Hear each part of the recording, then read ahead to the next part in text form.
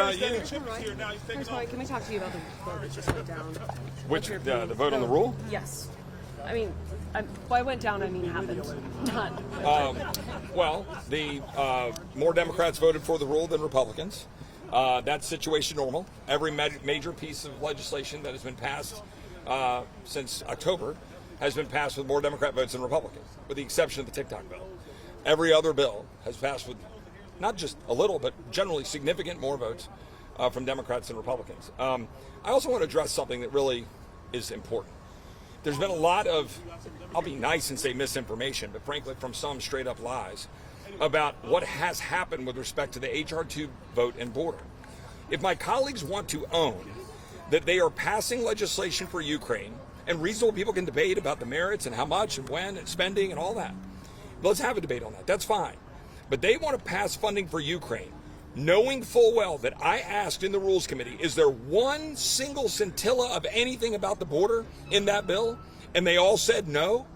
And then try to come back and say, you guys, meaning Freedom Caucus and Chip Roy, voted against adding border security and attaching it. That's a lie.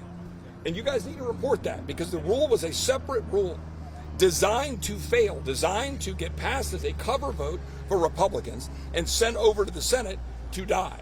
And that is exactly what occurred. And those that are saying otherwise, they're lying. Yeah. Gosar just co-sponsored MTG's motion to vacate. I've heard that. To that? Well, there's continued frustration with the fact that we're allowing frankly, allowing the House to be governed by Democrats. That frustration is continuing. Should Johnson keep his job? I'm not getting into that right now. Is it bad for your party for someone to deploy that motion to vacate? Or? I mean, it's bad for our party for us not to lead. It's bad for our party to go out and tell the American people you're going to secure the border of the United States when you're watching 24,000 Chinese nationals coming here, 85% of whom are adults, when you're watching Lake and Riley get killed by somebody who was paroled by the policies of this administration, and you tell the American people you're going to secure the border, and then you get up and say, oh, I can't. That's just straight up false. We have to sit here, we shouldn't adjourn this week. We should sit in here and we should roll our sleeves up and do it. But now I don't even know with what leverage. Because every single point of leverage has been given away in abject failure and capitulation from day one. Do you think we're going to join Gosar and MTG? I'm not going to get into that. Right now I'm just focused on this bill. You said this is sort of the new normal, but this was the first time that Democrats voted for the rule. So do you... What's the new normal is that these policies are being advanced with more Democrats than Republicans at every turn. Do you think, though, that this is kind of how Johnson plans to continue and have Democrats bail him out on every rule? Well, I mean, for 5 months, we've done nothing but advance things with more Democrat votes than Republican votes. So, I think that's where we are at the moment. Hopefully, we can figure out how to regroup. But I keep saying that after each capitulation, I keep having to come back and say, hopefully we'll regroup. But, it is what it is. I will say, as a side note, I am grateful that we'll at least get some funding for Israel, which has been blocked, and we passed it over and sent it to the Senate, and Chuck Schumer sat on it. But I think we should have used leverage to force the Senate to advance that bill, or at least work with us to get border security in order to move Israel and Ukraine. But, I am grateful for people of Ukraine who are under attack. Under Israel, they're under attack. And frankly, I don't want Ukraine to be without munitions to be able to push back on Putin.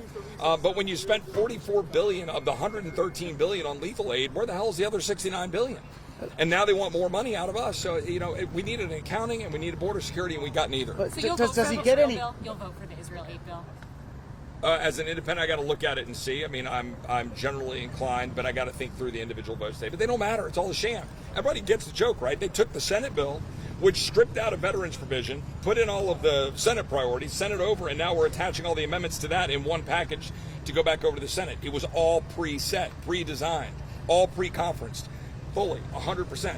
8 amendments? No, 9. 9 amendments out of 300 offered. When we said 3 days ago this was pre-cooked, and everybody said, well, what do you mean? This is what I mean. Literally, it's unfolding before our eyes.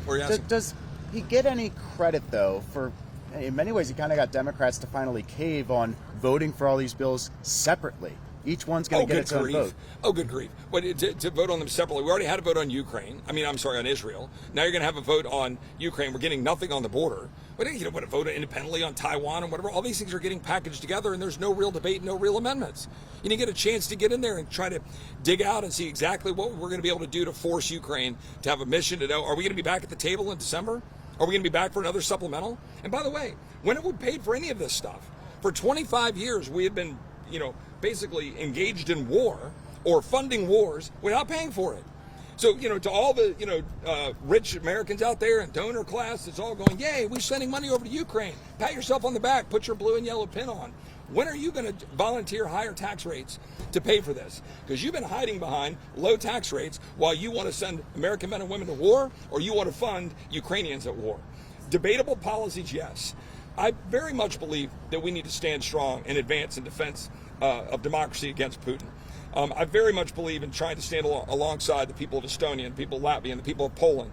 I do believe in standing strong, obviously, alongside our friends in Israel. But you've got to actually have responsible governance. And we're borrowing money, racking it up, $1 trillion every 3 months, and we're not securing the border of the United States. And it's unconscionable that this is what Republicans are putting forward. Several of your Republican colleagues